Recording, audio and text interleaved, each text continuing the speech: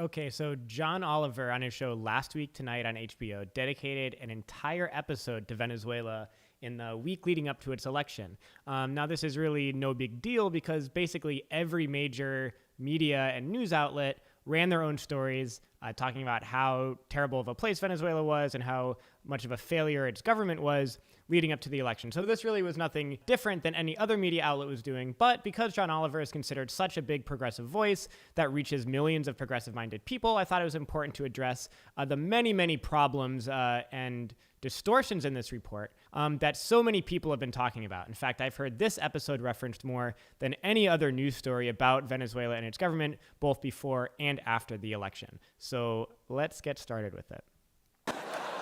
But what is happening in Venezuela is not just extremely important, it is absolutely worth paying attention to, because this is not just a story about socialism. There are plenty of socialist countries that look nothing like Venezuela. It's a story about epic mismanagement. Right off the bat, he kind of says what he's going to show in this entire episode, is that the story of Venezuela is just a story of epic mismanagement by the Maduro government. So he's setting out from the beginning what he wants you to think in this piece and what he's going to prove. So epic that a nation of 31 million people with the largest oil reserves in the world have been forced to resort to some pretty creative forms of protest. Social media ablaze for the past few days, encouraging protesters to fill jars and bags with human feces. This is one of our last options, says this masked man. We are calling it poo-poo-top cocktails. Yes, poo-poo-toff cocktails. That is funny because, you know, it's poop. It is also desperate people resorting to a desperate measure. So he says there that this is desperate people referring to desperate measures. We're going to get in a little later into the reality of that protest movement. But one of the things he says here is it's desperate people resorting to desperate measures. What he fails to mention is that the most desperate people in Venezuela, meaning the people that are among the poorest people and the ones that are suffering most from food shortages and levels of poverty and things like that, those are the sectors that predominantly support the government. And while the sectors that predominantly oppose the government, you know, those desperate people resorting to desperate measures, are from the upper and upper middle classes in Venezuelan society. And this is reflected across the board from voter turnout to where the protests are held and things of that nature. And so a characterization that these are the desperate people is they're desperate for other reasons, which we'll get into later. Their current president, Nicolas Maduro, seen here absolutely going to town on a nana, is almost certainly going to win despite having the support of only around a fifth of the population. This is a perfect example of how John Oliver is twisting facts in this episode. He uses this quote from Reuters to show Maduro has low support. I was curious to see what words were missing from this abbreviated quote, so I went to the source. It turns out the quote isn't saying that he has low support, but that in fact, despite criticisms, he nevertheless has the core support of 1/5 of the population. Core support meaning die-hard, firm supporters that are campaigning for him, active in politics, etc. That's pretty impressive and doesn't include the millions of Maduro voters who aren't considered, quote, core support. Of course, many more than 1/5 of the voting population came out to vote for Maduro on May 20th. The line is immediately followed by a quote from a Venezuelan saying while he acknowledges that mistakes have been made, he'll still be voting for Maduro to prevent the opposition from turning back the clock on their social gains. Pretty disingenuous, John. And to understand anything about present-day Venezuela, you really have to start with Maduro's predecessor, Hugo Chavez, shown here looking understandably smug about the fact that he's got a bird in a hat on his shoulder. John Oliver is right to know that we have to look at the Chavez era to understand what's going on today, but really to understand what's going on in Venezuela, you obviously don't have to start with Chavez, you have to start with the period before Chavez. Venezuela is a victim of what's been called 500 years of social disaster. It was in 1499, the era of colonialism began when it was invaded by the Spanish Empire. And Venezuela, like every other colonized country in the world, suffered genocide and was transformed into a monocrop slave state to be devoured by foreign powers, while the people of the country went deeper and deeper into poverty and misery and death. That legacy of underdevelopment still plagues every formerly colonized country in the world, trying to emerge in today's economy and having to overcome that legacy of having one export, not having any infrastructure, and things of that nature. So that says a lot about where Venezuela is today. And then when neoliberal reforms hit the countries in the 80s, it devastated them just like it did every other country that was hit with these predatory neoliberal reforms. Poverty was close to 50%. infant mortality was a shocking 20 per 1,000 births, and there was widespread illiteracy, among other problems. In 1989, the country was in total economic collapse, far greater than anything we see in Venezuela today. And when people rose up in protest, they were massacred by the right-wing government, which imposed martial law and murdered an estimated 4,000 civilians in just a matter of days. And it's out of that movement, this great rebellion and anger in Venezuelan society, that Chavez emerged as a leader, whose democratic election began one of the most profound transformations of a poor country seen anywhere in the world. And Chavez rising up out of this movement, out of this period of great hardship and great rebellion in the country, it wasn't just Chavez that emerged. It was a massive socialist movement that emerged, that mobilized a clear majority of people on a path away from extreme inequality, away from exploitation, and towards national sovereignty and charting their own path. So we can't understand Venezuela today without understanding what is in the very recent memory of Venezuela. Chavez was massively popular in Venezuela, beloved for both his generous social programs and his larger-than-life personality. Every Sunday, he staged marathon TV broadcasts that sometimes ran up to 8 hours on his show, Allo Presidente. The show featured special guests, dance numbers, and prize giveaways. So even though John Oliver says we can't understand Venezuela today without understanding Chavez, he doesn't tell us anything about Chavez except that he was quirky on television and had dance numbers and interviewed Fidel Castro on his show and things like that. So really kind of mocking him from the outset without actually teaching the viewer anything about this period he says is so important to understand Venezuela today. Now, Chavez could act the way that he did because Venezuela was oil rich, and over the course of his presidency, he took more and more state control over their national oil company, enabling him to fund programs benefiting the poor. And when that company protested some of the changes that he was making, he responded by using his TV show to address its executives directly. I'm firing the following people. Mr. Juan Fernandez, you are fired from Petroleum of Venezuela. Eddie Ramirez, thank you very much. You are fired. All he says about this happening is that when they protested, he fired them on TV. Well, what were they protesting?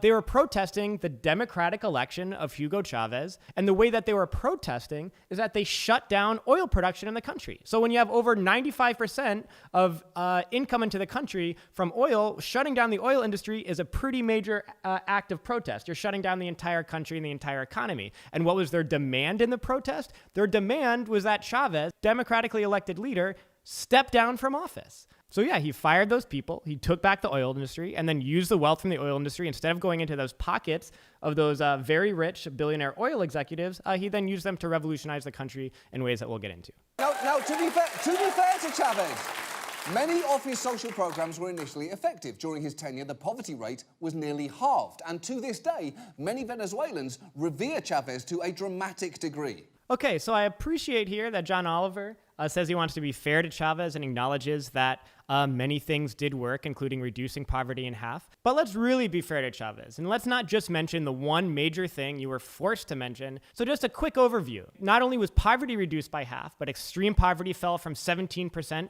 to under 7%. Pensions for the elderly went from under 400,000 to over 2 million. Malnutrition, of course, talked about a lot today, fell from 21% to 2%. Unemployment fell from 17% to under 6% and cut the huge infant mortality rate in half. Children in school went from 6 million to 13 million, and illiteracy was totally eradicated. Just to be fair. The late president's eyes are painted on public buildings, as if watching over the revolution. This man even tattooing the eyes onto his forehead. That's the image, the eyes of our supreme commander, Hugo Rafael Chavez Frias. The eyes that see the world, the whole world. Now that is dedication right there. The only Chavista you will see in this entire 20-plus minute episode is the guy with Chavez's eyes tattooed on his head. That's the entire representation they're showing of the movement behind Chavez and the people that support him, not about who they are today, how massive the movement of supporting him still is today, or anything about them and what their politics are. The fact that they're progressives, that they're socialists, that they're fighting for equality, for more democracy. The vast majority of Venezuelans love and revere Chavez, and this is reflected literally everywhere in the country. But you won't hear from them in this episode. I witnessed tens of thousands of people marching in pro-government actions, young activists leading progressive organizing campaigns, women in the poorest areas brilliantly vowing to defend their revolution against U.S. attacks, But you will not hear from any of them in this episode, and it's very revealing that this show does not want to show these Chavistas, who are clearly a huge part of the population and who constitute the country's most significant political force. It's all going to be reduced down to the craziest looking person they could find to make fun of, and using that to represent the massive social force that was inspired by Chavez and is, still fighting for his legacy today. And the thing is, some of Chavez's programs could have been sustainable if he pursued a sound economic policy and run a tight ship. But not only did he stop saving oil revenues in a rainy day fund, he also oversaw a government that Transparency International found to be the most corrupt country in Latin America. These programs could have been disdained if he ran a tight ship. And he cites Transparency International. Transparency International is an organization who has most of its funding coming from Western governments and big business. For example, one of the biggest donors is the British government, contributing over £1 million in 2007 alone. And its other major donors include the US government, of course, very hostile to the Venezuelan government. And guess who else? Shell and ExxonMobil, the oil companies that really want to have Venezuela's oil. And guess where the data came from in this report? It wasn't just that it was an organization funded by the enemies of Chavez and Maduro. The data in this report was actually compiled by an anti-Chavez activist who was actually part of the 2002 coup against Chavez. So not one to trust and use as a basis of your argument here, John. As long as the price of oil went up forever and Chavez never died, the cracks could have been papered over. Unfortunately, in 2014, the price of oil plummeted from over $100 a barrel to just $50 a barrel, just 1 year after Chavez plummeted from being alive to being very much dead. And here is where Maduro, the big banana fan, comes in. But he says a lot of things here that need addressing. He's saying that Chavez's programs, which, he can't deny were very good for Venezuela, he said they could only be sustained if the price of oil went up forever, as if they based everything in their economy completely on just counting on the fact that the price of oil was going to go up forever. They've known from the beginning that there needed to be a departure from oil. They had the first task of building up the oil industry and solving the urgent problems of poverty, and then using it to diversify the economy, build up other sectors of industry, to not be a monocrop system. And this is something that was expressed from the very outset of the Bolivarian Revolution, is that they can't be simply reliant on oil, that they have to diversify the economy. So the other thing Oliver says here is that the rise in standard of living, expansion of social programs, could only happen if the price of oil went up forever and if Chavez stayed alive. But the thing is that since Chavez's death and since the price of oil has plummeted, the social programs have advanced and the social programs have been maintained. For example, since Chavez's death and since the plummeting of oil prices, free quality healthcare has expanded to more of the country, making it available to people in historically left behind and impoverished areas, in particular indigenous areas in the Amazons and so forth, causing the United Nations Program for Development to place Venezuela among the countries with the highest human development index in the world and surpassing most Latin American countries.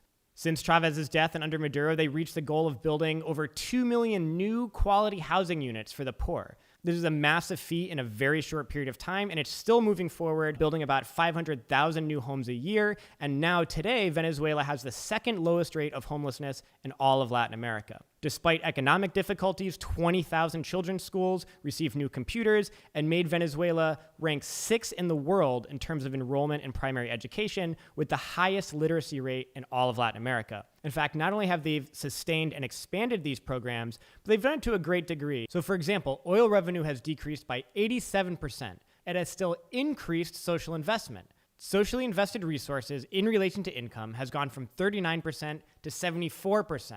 It's easy to see why Maduro has pissed people off, because he has managed Venezuela's economic crisis in the worst possible way. He's doubled down on many of Chavez's most unsound policies, like unrealistic currency and price controls, while attempting to make up for missing revenue by simply creating more money. And as a result, inflation has exploded. And inflation is just one of many reasons why many Venezuelans are struggling to find or even afford basic necessities like medicine or food. And those shortages have had some terrible consequences. Well, if that's just one of many reasons, what are the other reasons? He doesn't list any of them. Well, here's a big one: an economic war that's undeniably being waged from within the country, from the biggest corporations, and from outside superpowers that have the ability to, sanction the country, prevent it from getting loans, increasing the price of its foreign debt, and things like that. You'd think that would be worth mentioning. So we've covered these factors really extensively in our reports on the Empire Files. I encourage people to watch those for way more in-depth analysis of the problems of Venezuela's economy. But here's some important facts to know regarding inflation and regarding food shortages. So regarding inflation, 70% of the country's inflation is due to the rate of exchange with the US dollar. This value of Venezuela's currency is arbitrarily determined by outside superpowers, mainly from Miami and Bogota. But perhaps the biggest cause of inflation is what's called extraction smuggling, where big capitalists, those who have the ability to have large sums of cash, actually smuggle cash out of the country over the border into Colombia and other places and exchange them there. This reduces the amount of cash in the country and raises inflation. In addition to smuggling out cash to cause inflation, there's a huge amount of extraction smuggling of food products. In fact, 40% of products in the country are estimated to leave the country through extraction smuggling. And of course, these are things that are known to be tactics of big business owners in the country, opposition politicians, and the US government to intentionally cause inflation. But of course, that isn't mentioned here in the report. Regarding food shortages, I mean, this is the number one thing we see, of course, the empty shelves on every single major media outlet. I did not see empty shelves anywhere. I saw a shortage of food, and I think if you are honest about Venezuela, you will acknowledge this fact. There is not a generalized shortage of food. There's a shortage of particular food products. And what do all those products have in common? Well, they're the ones that are produced and distributed by the biggest corporations and monopolies in the country who are literally part of the political movement to oust the government. For example, 8 of the main items in Venezuela's food basket are foodstuffs that are produced by Polar, the country's biggest privately owned corporation and largest food manufacturer, which is run by a Trump-esque right-wing billionaire who is a known actor in efforts to overthrow the government. It's responsible for most of the country's butter, oil, and flour, which are the most consumed products among Venezuelans, and of course, the products that are of most in shortage. These companies produce the products, but refuse to release them to stores and into the economy. They instead keep them locked in their warehouses, refuse to let them out, or they send them out into the black market to be sold at an exorbitant markup, and of course also contribute to the rate of inflation and price hikes. So the price controls that Oliver mentions as one of Chavez's most unsound policies is a response to this. When major corporations price gouge to intentionally make essential products out of reach to poor and working families, the government can either just let them do that or impose price controls and force discounts on the products so that people can get them. I'm sure the CEOs don't like that very much, but that's a debate for another time. It is not like Maduro isn't aware that people are starving. In fact, during one of his media appearances, a reporter noticed that the video feed cut away every time Maduro helped himself to the plates of charcuterie and cakes.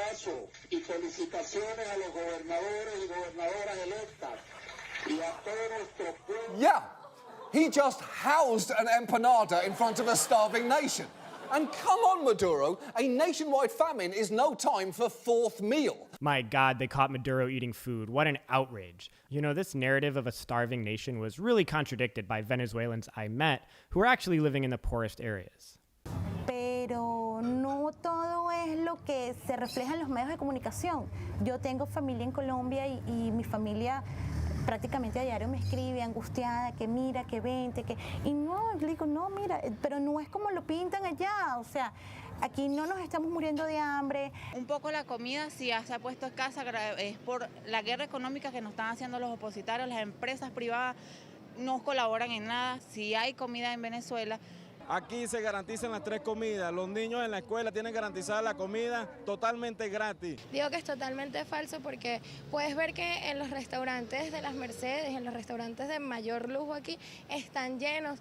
Y si realmente estuviera pasando esa situación, estuvieran esos restaurantes vacíos, la gente estuviera pidiendo comida en las calles y no está ocurriendo eso realmente. So there's definitely more to the story there. And if you think that is the most tone-deaf reaction to Venezuela's mass food shortages, just wait until you see him do some pretty insensitive crowd work. Why are you so skinny, Gustavo? Have you been jogging? What happened to him? Maduro's diet. Even when the Maduro government has tried to help, it's done it in a truly ham-fisted way. For instance, Maduro has proposed a so-called rabbit plan, basically a program to encourage Venezuelans to breed and eat bunnies. So the irony of this is he says the only time he's tried to help the hunger problem is in ham-fisted ways. The irony is that he's speaking at a meeting of something called CLAP, which is a massive program by millions of farmers, activists all across the country to produce and distribute food to make sure every food insecure house has the basic necessities that are in shortage because the big businesses are hoarding them. And because of that program, over 6 million households are receiving on a regular basis these basic foodstuffs so they're not food insecure. And the program is expanding. And a thing about the rabbit plan. Of course, again, trying to characterize the Venezuelan government as just insane and crazy and who would come up with such a plan to eat bunnies. I'd find that there's actually dozens of countries. In fact, most industrialized countries have some kind of rabbit meat industries, including Poland, Portugal, Hungary, Indonesia, Germany, Czech Republic, Belgium, Italy, Spain, France, and China being among the top. And you know who else is among the top producers of rabbit meat? The United States of America. Maduro has generally lived in complete denial. His most recent plan to address rampant inflation was to introduce a new version of their currency, the bolivar, just with 3 zeros lopped off the end. And in case any part of you thinks that might actually fix their inflation problem, we asked Yale economist Robert Shiller if that's how money works. Take a look. No, that's not how money works. Thanks, Robert, thanks. Maduro has lived in complete denial of the shortages and of inflation. Aside from this completely condescending clip of this esteemed Yale economist, Venezuela's new currency is just one of many far-reaching plans to tackle the impact of the economic war on the country. This includes a new cryptocurrency called the petrodollar and more, far from the accusation that Maduro is in complete denial of the economic problems. Anyone who knows anything about Venezuelan politics knows that the inflation rate, the economic crisis, and the food shortages are the #1 focus of the entire government and everyone who is politically active. Stopping the economy of extraction smuggling, where all the trade routes of products and cash being snuck across the border, another major action the Maduro government has taken on a regular basis, is consistently raising the minimum wage in the country to keep up with inflation. The most recent was a nearly 60% wage increase, which followed a 40% wage increase and a 50% wage increase just months before. And in fact, the topic of virtually every speech that Maduro gives is how they're solving the problems of inflation, food shortages, and the economic war that's being waged against the country. But yeah, complete denial. In the absence of solutions, Maduro has reached for the next best thing, blaming someone else. Over the years, he suggested that the United States was responsible for injecting Chavez with cancer. Oh my God, what an outrageous assertion that the United States may have assassinated Chavez using cancer. We know for a fact that there have been numerous assassination plots against Chavez involving the United States. We know that Yasser Arafat was actually assassinated in the same way that Chavez died, being poisoned with something that gave him a similar type of cancer. So it's really not that far-fetched of a thing. He said that the US was sabotaging Venezuelan ATMs, and he's chalked up protest against him to this. This is part of a scheme of non-conventional war that the U.S. has perfected throughout recent decades. It's laughable for Maduro to say that the protests are a scheme backed by the United States. But the protests are openly funded by the United States government. In fact, $50 million of U.S. taxpayer dollars since 2009 alone have been sent to the opposition and to the protest leaders. Okay, so here's the thing there. America has undoubtedly done some awful things in Central and South America. We've backed coup attempts, juntas and atrocities in Chile, Argentina and Guatemala. But refreshingly, what's happening in Venezuela is actually not our fault. Accusing America of creating Venezuela's crisis is about as fair as accusing O.J. Simpson of murdering Princess Diana.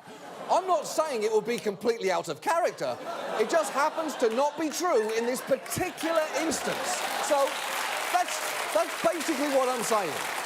Okay, so here we go. We've done bad things in Latin America before, but Venezuela is not our fault. It's possible, but it's not true in this situation, is what I'm saying. Okay, Jonathan, first of all, really appreciate the fact that this map was shown, and that you acknowledge the fact that the U.S. has been a part of very terrible crimes in Latin America, but John Oliver's map has only 3 countries highlighted in all of Latin America. Well, he's missing a few. Actually, since 1890, the U.S. has been a part of 56 military interventions to determine who led the government in Latin America. 56. And it occurred in not just 3 countries, but in 17 out of the 33 countries in Latin America and the Caribbean, the United States has intervened to impose a form of government or a leader. And the only countries they didn't intervene in, they currently have military bases and troops on the ground there. 56 interventions and everything from assassinations to coups to all-out military invasions. But I don't expect John Oliver to know all of these 56 interventions and the 17 out of 33 countries in Latin America and the Caribbean. But I was hoping that he would remember one particular intervention, and that is the coup in Venezuela. The U.S. supported that coup and continues to support the very same politicians who are part of the coup and express that they want to repeat the attempt. So, John Oliver, if you can acknowledge the record of U.S. intervention in the region and that we've done terrible things before, but just not in that instance, how can you imagine that somehow today, with that history, especially with a far-right administration led by the most hawkish neoconservatives, that the U.S. is simply not meddling in Venezuela's affairs right now? But we don't have to just speculate that that's what the U.S. wants to do.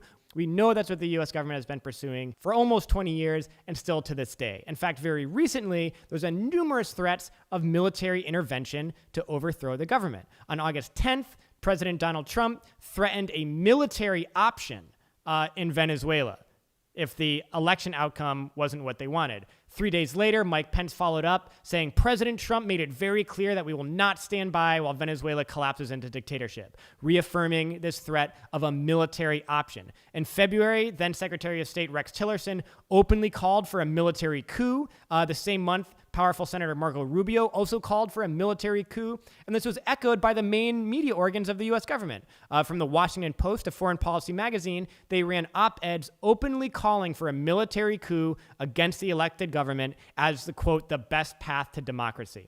Not to mention, as we reviewed already, that we know the U.S. is funding destabilization efforts, meeting and coordinating with opposition leaders, and have been exposed for numerous regime change plots and actions since the one they failed at in 2002. Pretty big stuff to miss for the staff at Last Week Tonight. So these are not unfounded fears. This is a well-known reality. And yet, despite all of this, Maduro is about to dominate this election like he absolutely dominated that banana.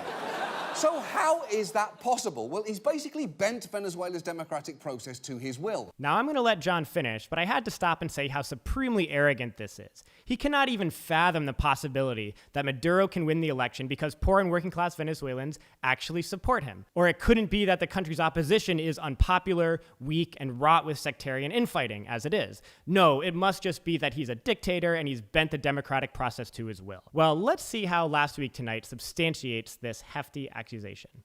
Back in 2015, when his party lost control of the National Assembly, he responded by stacking the Supreme Court with 13 new justices and then simply created a whole new assembly. President Nicolás Maduro wants to create a political assembly with vast power to rewrite the Constitution and potentially dismantle the democratically elected legislature. All of the candidates today are Maduro supporters, including his wife and son.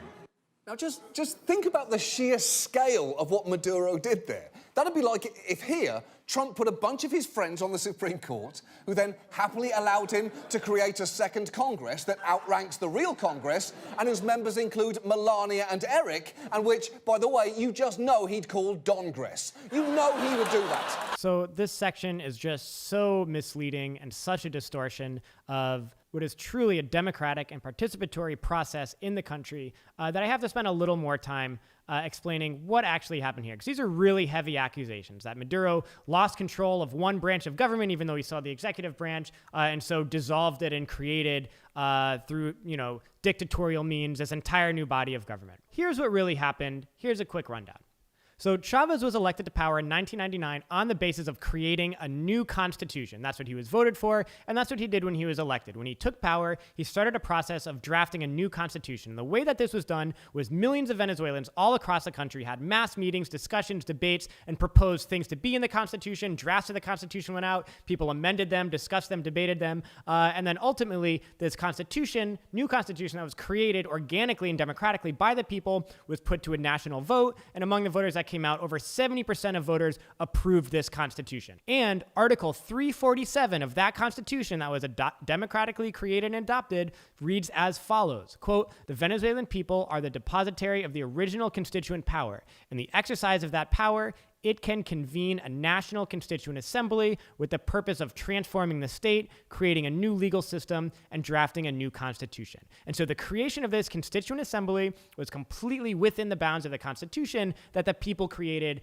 and passed through a democratic vote in overwhelming numbers. And now the constituent assembly, as John Oliver likes to say, he just created it, stacked it with all his people, his relatives, and it was a sham vote. But the constituent assembly process was a democratic process that took many, many months and initiated a long, in-depth democratic process. I personally witnessed mass meetings that were held all across the country in the months in the lead up to the nomination of candidates and the election of people to the Constituent Assembly. Every citizen could go to meetings, understand what the Constituent Assembly was about, how to run, how to vote, and every citizen, everybody and anybody could run as delegates. The idea that Maduro stacked them with his own people, only Maduro people went, is a complete fabrication.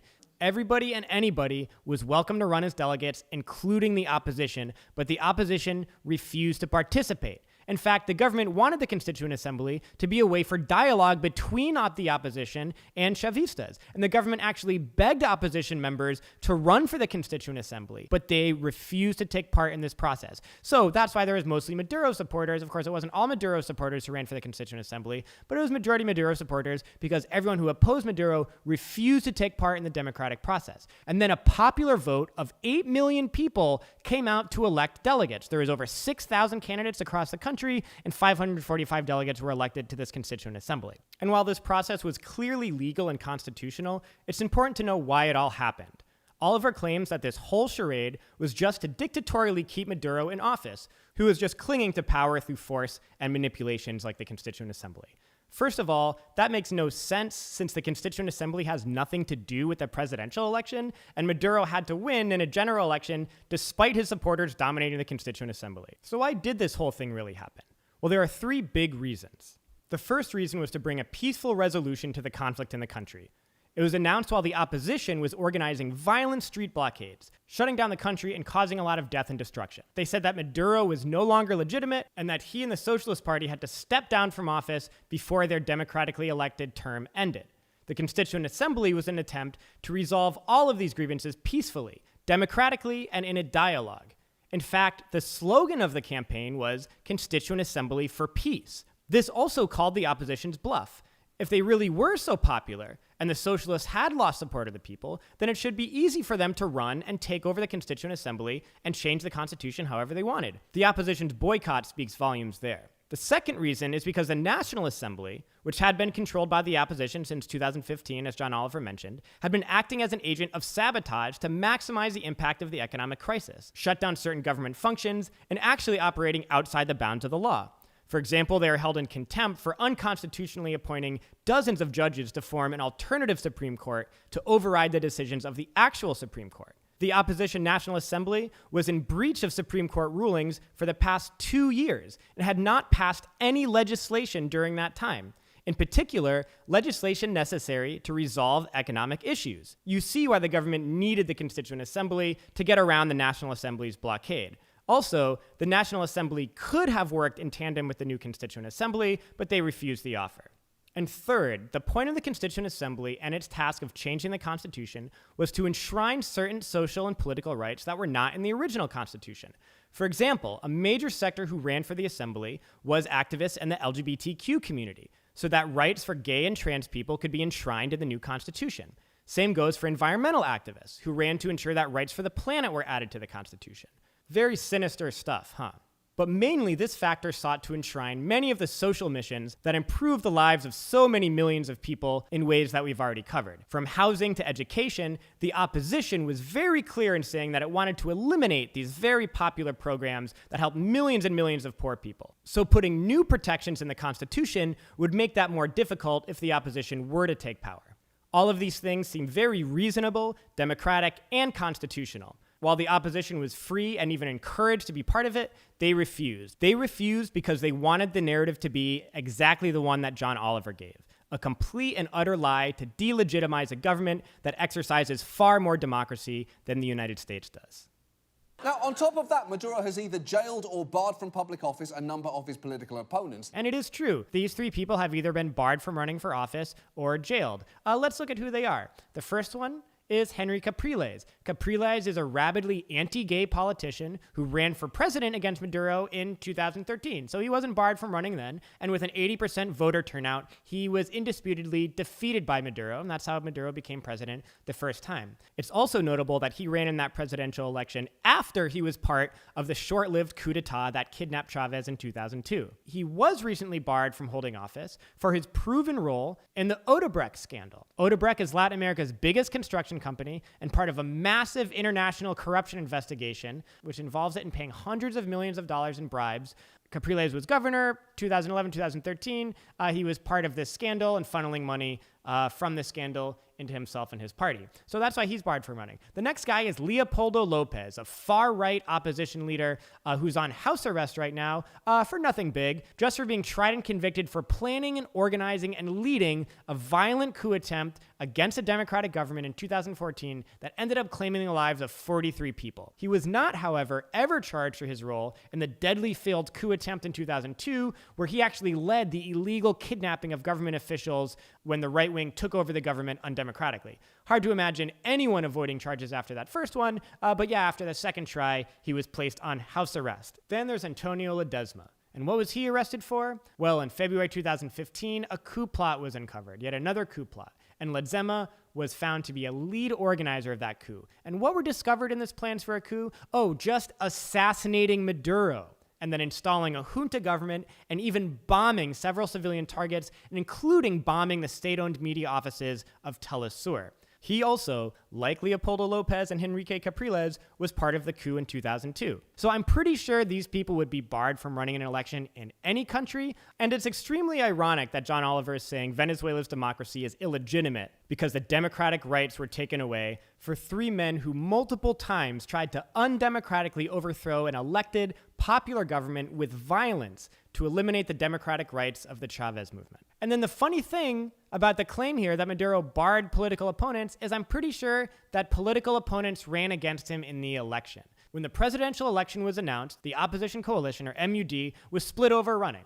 While a democratic victory was possible for them, they favored a different strategy. Rather than risk an electoral defeat and showing that the opposition didn't have popular support over Maduro, they'd rather have Maduro run unopposed. That way they could deem the election illegitimate and seize power from Maduro by way of coup or foreign intervention. But in February, leading opposition politician Henry Falcón registered to run against Maduro. The MUD immediately expelled him and demanded he withdraw from the election. The US government was even exposed for privately pressuring Falcón to drop out of the race. So there's this claim that the opposition wasn't allowed to run against Maduro, but the opposition and the US government, in fact, pursued a policy of not running against him to create the illusion that you couldn't run against him. But Falcón screwed up the plan for them and showed that you could run. But then on election day, the opposition largely boycotted the vote. Less than 2 million people came out to vote for Falcón, and he was beaten by Maduro by a margin of over 4 million votes. Immediately afterwards, the US and opposition leaders said that the loss of Falcón didn't count, and then there should be new elections, and those new elections should bar Maduro from running.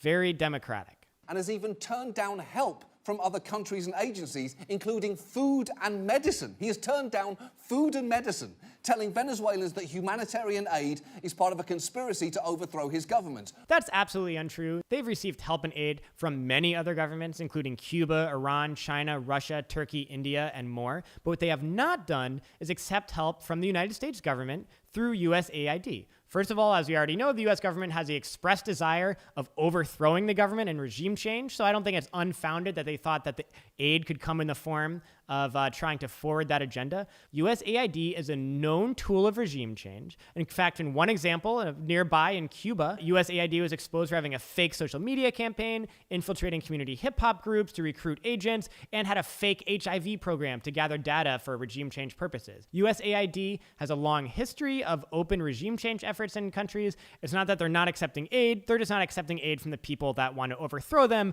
through the agency that is known to be a tool to overthrow them. All of which has left Venezuelans feeling so hopeless that nearly 1 million of them have left the country over the past 2 years. And many of those who've remained are now at their breaking point. ¿Por qué? Porque nos tienen amordazados. Si tú hablas, mandan a los colectivos a que te agredan, a que te maten.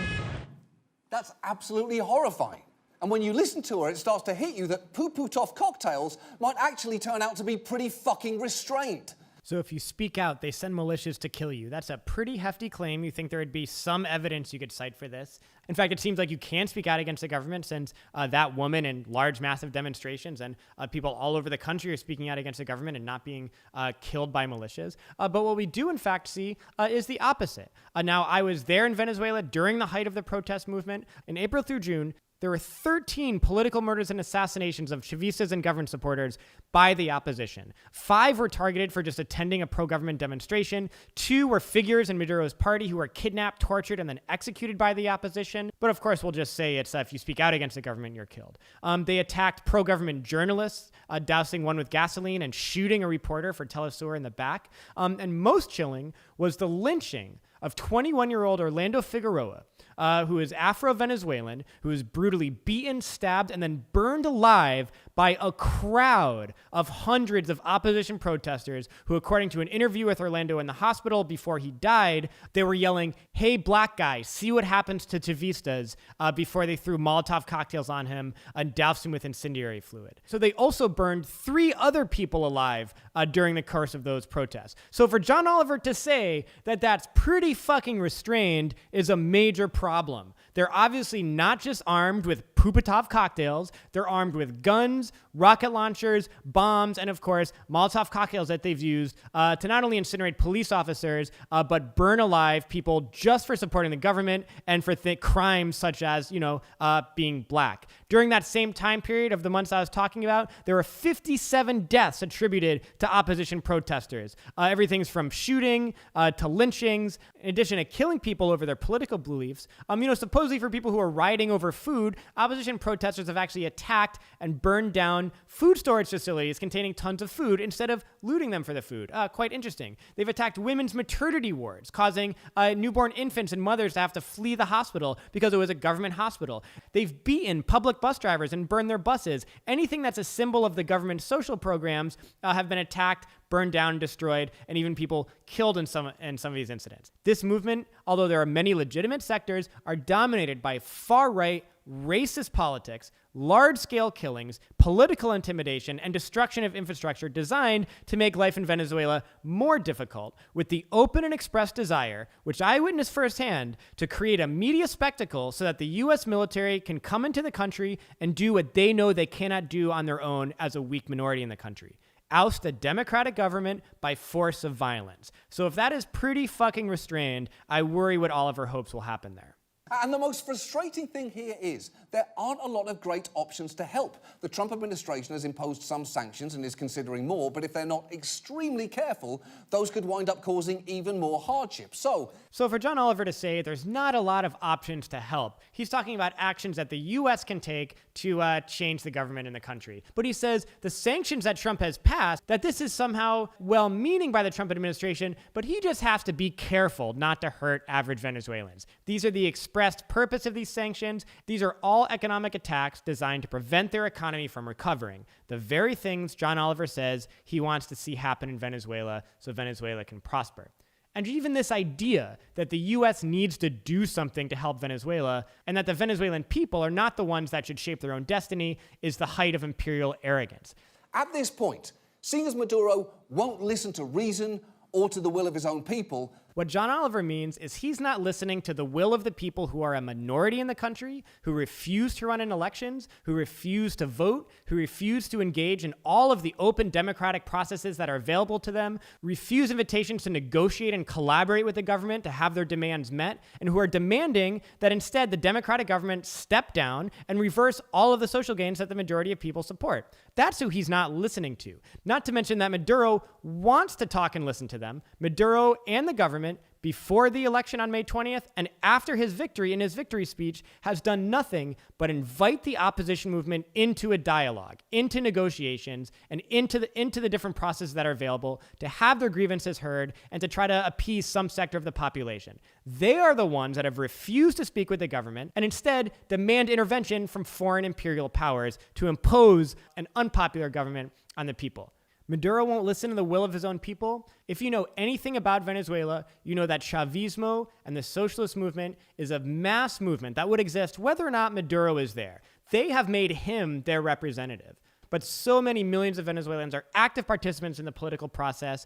There's such an effervescence of grassroots organizing and participation that to say that Maduro somehow is sitting in a tower as a dictator and not taking into consideration the existence of these people is completely absurd. And these are people that are supporting the government because for centuries were made invisible and were made to have no role in the outcome of their country. And since Chavez have been given a voice, have been made visible, and have been made the leaders of their own country and are the ones shaping their future. And what John Oliver is trying to do here is make them invisible again. Perhaps it's time to call in the one voice that we know he'll listen to. So, ladies and gentlemen, please welcome a bird. The point is, Maduro, you need to accept humanitarian aid and cool it with the dictator stuff. And that's how he concludes this full-length episode.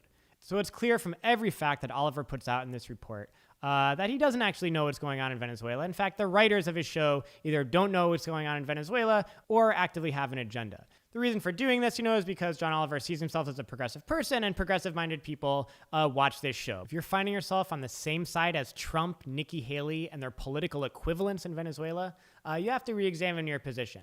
And John Oliver and his writers didn't even bother to look behind the headlines to hear from the millions of Venezuelans who don't just support the government, but who are the living, breathing builders of the Bolivarian project. If Oliver wants to be a progressive voice, a voice against Trump, he shouldn't be advancing the Trump administration's fantasy in Venezuela, and more importantly, rendering invisible what is a massive progressive movement, fighting racism, fighting inequality, fighting for the poor, fighting for the right of people to have health care, the right to a quality education, for workers' rights, union rights, and environmental rights, solving problems through grassroots democracy, and all of the nice things John Oliver claims he's for. Yet he reduces this mass poor and working class social movement to cartoonish jokes, joins the Trump administration in attacking them, and gives the spotlight to a far-right, unpopular opposition and their thoroughly debunked propaganda points while completely whitewashing the terrible violence and hardship that they and the US government have been inflicting on the country. If you consider yourself a progressive, you must reject this kind of colonialist finger-wagging and stand with the progressive Bolivarian movement in Venezuela, who are fighting for the same things we are against the Trumps of Venezuela.